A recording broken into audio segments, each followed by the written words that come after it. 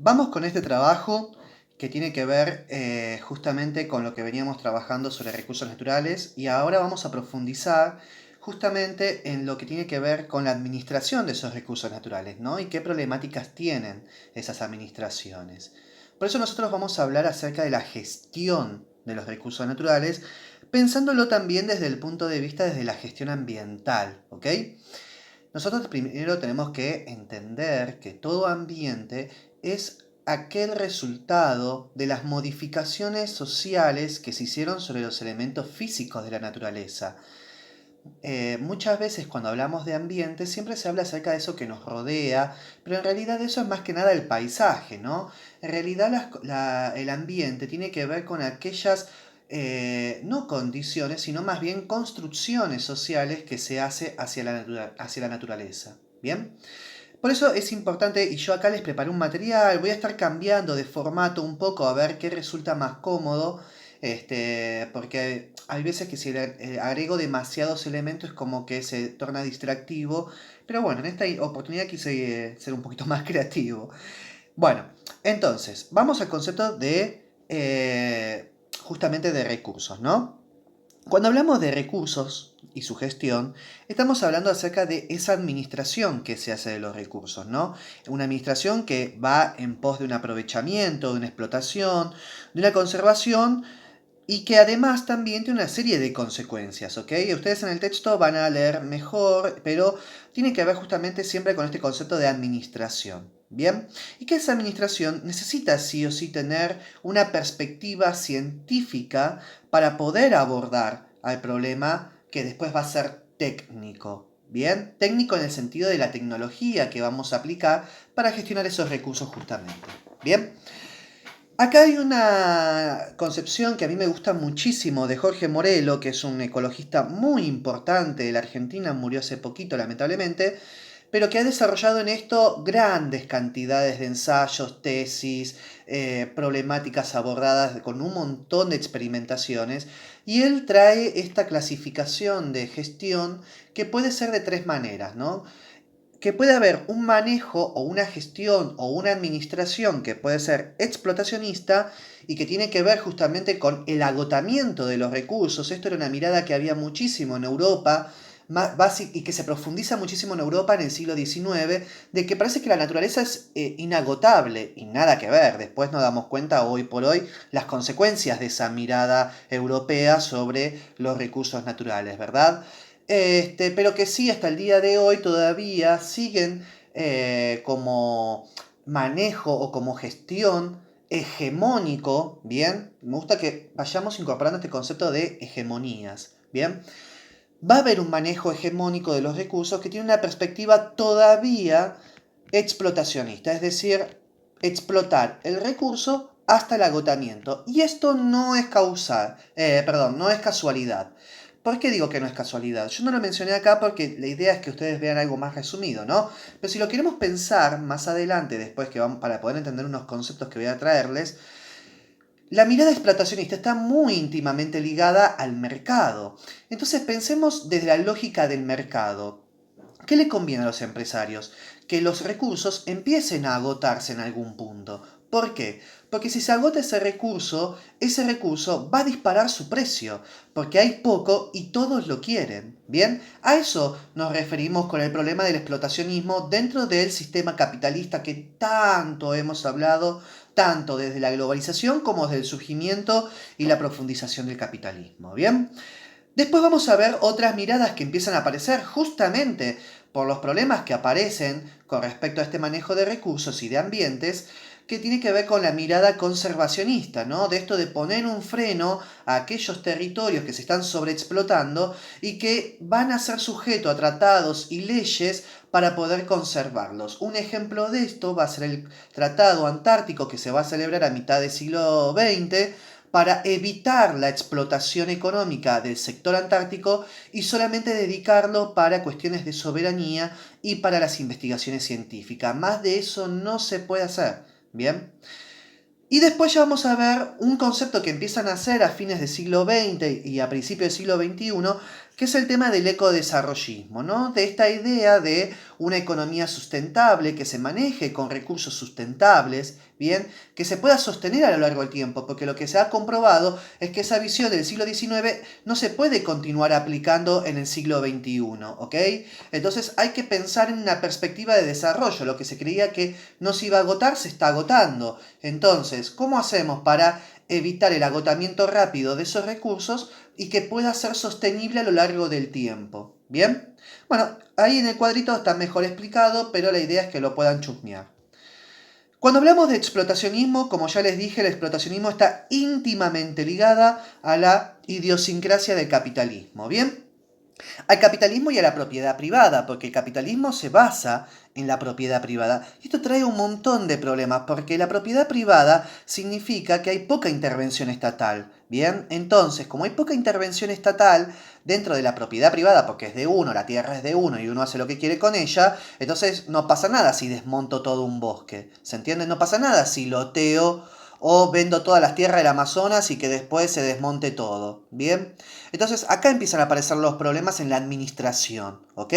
Acerca de cuál debe ser el rol del Estado para limitar esos explotacionismos bajo la lógica del capitalismo, ¿bien? Y acá hay un interesante concepto que yo voy a hacer un poquito de zoom acá, que lo desarrolla muchísimo Marx. Marx, recordemos que fue economista, sociólogo, historiador, geógrafo. Marx desarrolla una teoría tan completa que hasta el día de hoy continúa tan vigente para poder aplicarlo a la realidad, ¿bien? Por eso es que los profes somos medios hinchas, no porque queremos que ustedes se hagan marxistas o comunistas socialistas, sino para que vean la complejidad del tema y cómo lo desarrolla este autor para poder entender otras miradas fuera del explotacionismo, ¿ok? Entonces Marx desarrolla un concepto que no está más que nada ligado a lo ambiental, sino a la economía, para entender también lo ambiental, que tiene que ver con esto de el valor de uso y el valor de cambio. ¿Bien? Cuando hablamos de valor de uso hacemos referencia a la capacidad de un objeto de la naturaleza, como un recurso económico o un recurso natural, para satisfacer cualquier necesidad de las personas. Es decir, ese recurso tiene un valor de uso, es importante por su uso y lo valorizamos en cuanto a ese uso. ¿Bien? Pero no es lo mismo que el valor de cambio. El valor de cambio que se le otorga a ese objeto en el mercado. Es decir, si ese objeto opera dentro del mercado, obviamente que hay un valor de uso que es importante, ¿bien? Pero el valor de cambio que va a tener va a ser traducido en dólares, pesos, yenes, euros, como ustedes quieran decirlo. O sea, va a ser monetizado, ¿ok? Porque se va a considerar que es una mercancía más. Los recursos naturales al día de hoy en el modelo capitalista bajo un enfoque explotacionista entiende que los recursos naturales son mercancías más que tienen un valor de cambio que lo ajusta el mercado. Si bien podemos entender que el agua potable tiene un alto uso, bien, o sea, tiene un alto valor de uso porque lo necesitamos para subsistir, sin embargo, va a estar sujeto a las leyes del mercado para poder obtenerlo. ¿Se entiende la diferencia? Esto es lo que, digamos, Marx hace como una especie de sintonía fina, a ver, buscarle digamos, el punto donde está el problema, ¿ok? Y acá es justamente, nosotros necesitamos este concepto sí o sí para entender en qué se basan las empresas para determinar cuánto vale monetariamente el agua fuera de que obviamente tiene un alto valor de uso. ¿Se entiende esto? Igual, si lo leen van a entender mejor. Y acá empieza a darse como un camino, ¿bien? Que es muy importante de entender, que es lo que hablamos justamente en los modelos capitalistas, ¿bien? Recordemos que este concepto que yo voy a mencionar ahora lo trabajamos muy por arriba cuando cae la Unión Soviética, donde en un acuerdo con Estados Unidos decide vender todas las empresas estatales a las empresas privadas, ¿bien? Es decir, el Estado se deshace de sus empresas y las vende, ¿ok? A ese proceso lo vamos a llamar privatización. Pero cuando hablamos de privatización de los recursos naturales, estamos hablando que esos recursos naturales van a ser explotados, comprados primero y luego explotados por empresas privadas, bajo los intereses de las empresas privadas, más allá de las leyes estatales que existan. ¿Se entiende?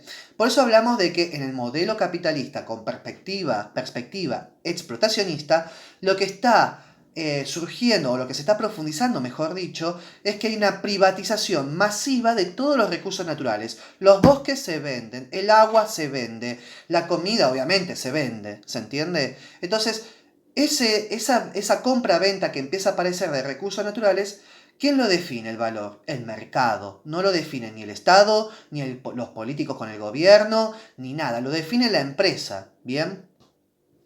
Y acá vamos a empezar a ver un problema que empieza a aparecer con el tema del agua, que es el recurso más importante para la subsistencia de una sociedad. Bien, y acá, a fines del siglo XX, les podría decir con mayor certeza, a partir de 1970, empieza a aparecer un avance o el surgimiento de la idea de que tanto el agua como el petróleo, como todo lo que sea como recursos estratégicos de una economía para la subsistencia de las sociedades, tiene que estar en manos privadas, ¿ok?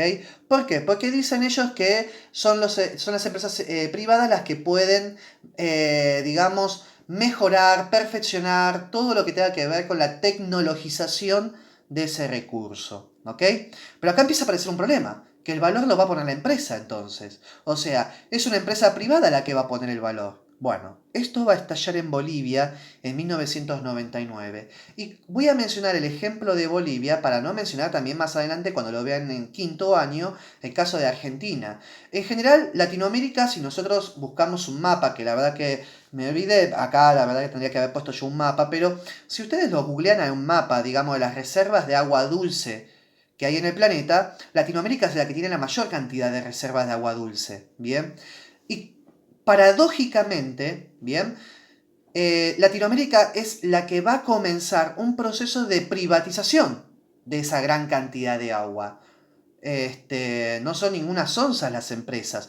Ven la posibilidad de apropiarse de un recurso natural tan importante para la subsistencia humana que logran, digamos, con acuerdos, acá sí, con acuerdos estatales, apropiarse de esas empresas. Bien, por ejemplo, en el caso de Bolivia, se llevó a cabo con el presidente de Bolivia, que asumió en aquel momento, privatizar la empresa estatal de agua. Entonces ahora la empresa estaría en manos privadas y no en manos estatales. Y el que pone el valor del agua va a ser la empresa privada, no el Estado. Esto generó un problema de magnitud tal que, claro, Bolivia pensemos que primero no tiene salida al mar. Igual el mar no es que es fuente de agua potable, sino que directamente se encuentra limitado por su recurso acuífero en los lagos, ¿bien?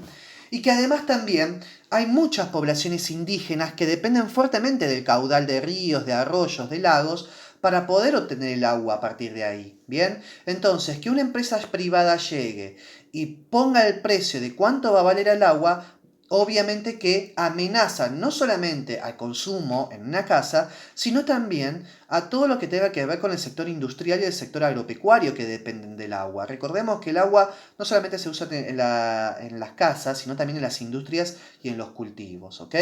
Entonces, ¿y qué hace esta empresa encima? El problema que genera es que esta empresa pone como que cualquier persona o cualquier empresa que obtenga agua va a tener el mismo precio. No hay una diferencia según digamos, la clase social, no en el sentido de Marx, sino en el sentido de que si es una empresa, ¿qué precio va a tener? Si es para consumo de residencias, ¿qué precio va a tener? ¿No? Que debería ser menor, obviamente. No, lo que hace la empresa es poner todo el mismo precio. Esto genera un colapso, todo un sistema que, bueno, ahí yo lo explico perfectamente y que gracias a las protestas masivas que hubo en Cochabamba específicamente, se da que marcha atrás a todas esas medidas de privatización de las empresas. Es más, de uno de los dirigentes más importantes de esta época, que también conduce estas manifestaciones contra la privatización del agua, es Evo Morales. Y Evo Morales después va a ser presidente de Bolivia y una de las medidas que toma es, obviamente, garantizar por ley que el agua no se pueda privatizar a menos que pase por Congreso. Bien. Esto es muy interesante para pensar acerca de cómo se gestionan los recursos naturales y cuáles son los desafíos que tienen las comunidades dentro del sistema capitalista. Bien. La idea es que ustedes lo lean, obviamente, porque mi interés es básicamente esta actividad, ¿bien? Es muy sencilla. Yo acá les dejo preguntas para reflexionar, donde ustedes, obviamente, con sus propias palabras, puedan comentarme, primero, obviamente las preguntas que están ahí, que es lo más importante. Son preguntas para que los puedan orientar a ustedes, ¿bien?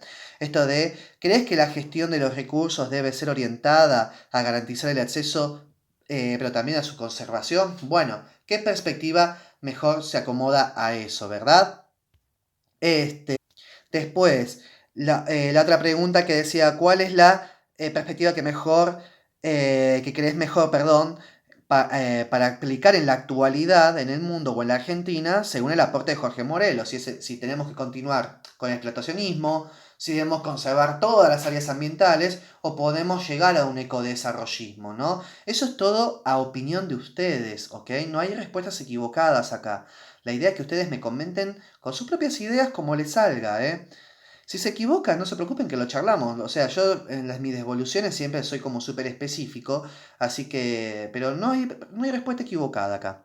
Y después, ¿crees que las privatizaciones de las empresas garantizan el acceso para la sociedad o solo garantizan ganancias para los empresarios? Esto obviamente es una pregunta media retórica, es decir, que se sabe la respuesta, pero quiero ver cómo ustedes la entienden, ¿ok?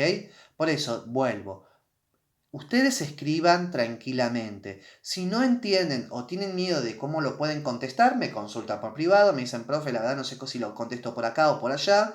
Y ahí les digo, bien, me comentan su idea y ahí lo charlamos. Y después reflexionar acerca del proceso que sufrió Cochabamba, ¿no? Yo a partir de esas respuestas que ustedes hagan, también les voy a pedir que me aporten algunas imágenes, ¿bien? Que pueden ser fotografías documentales que encuentren por internet, fotografías periodísticas, caricaturas o sátiras o tapas de diarios. Ahí les digo qué significa cada una. Yo la verdad como estudié diseño gráfico no puedo salir sin explicar esto, pero la idea es que ustedes puedan traer también, aparte de sus textos, una imagen, aunque sea referida a lo que ustedes plantearon en sus propias respuestas, ¿bien? Y con esa imagen, más las reflexiones que ustedes hayan hecho, yo voy a tomar, digamos, la reflexión que considero como muy importante, como lo que más me llamó a mí la atención de lo que ustedes pusieron, lo voy a rescatar y voy a elaborar una placa que la hago yo, donde voy a fusionar la imagen de ustedes con esa frase que para mí tiene como muchísimo impacto en lo que están diciendo, ¿ok? Por eso es importante que en el texto pongan con sus palabras. No quiero poner algo que está copiado y pegado de lo mismo que yo escribí acá, ¿bien? Sino que lo puedan reflexionar, tómense su tiempo, no importa si queda muy cortita, muy larga, no importa. Ustedes lo van viendo, no hay problema con eso, ¿bien? Así que bueno, esta es la actividad, la idea es hacer algo distinto y además también de paso darles devoluciones de otra manera hacia ustedes, comentándole lo que más me llamó la atención de sus trabajos, ¿bien? Así que bueno, cualquier cosa me chiflan y vamos viendo si necesitan ayuda, ¿ok?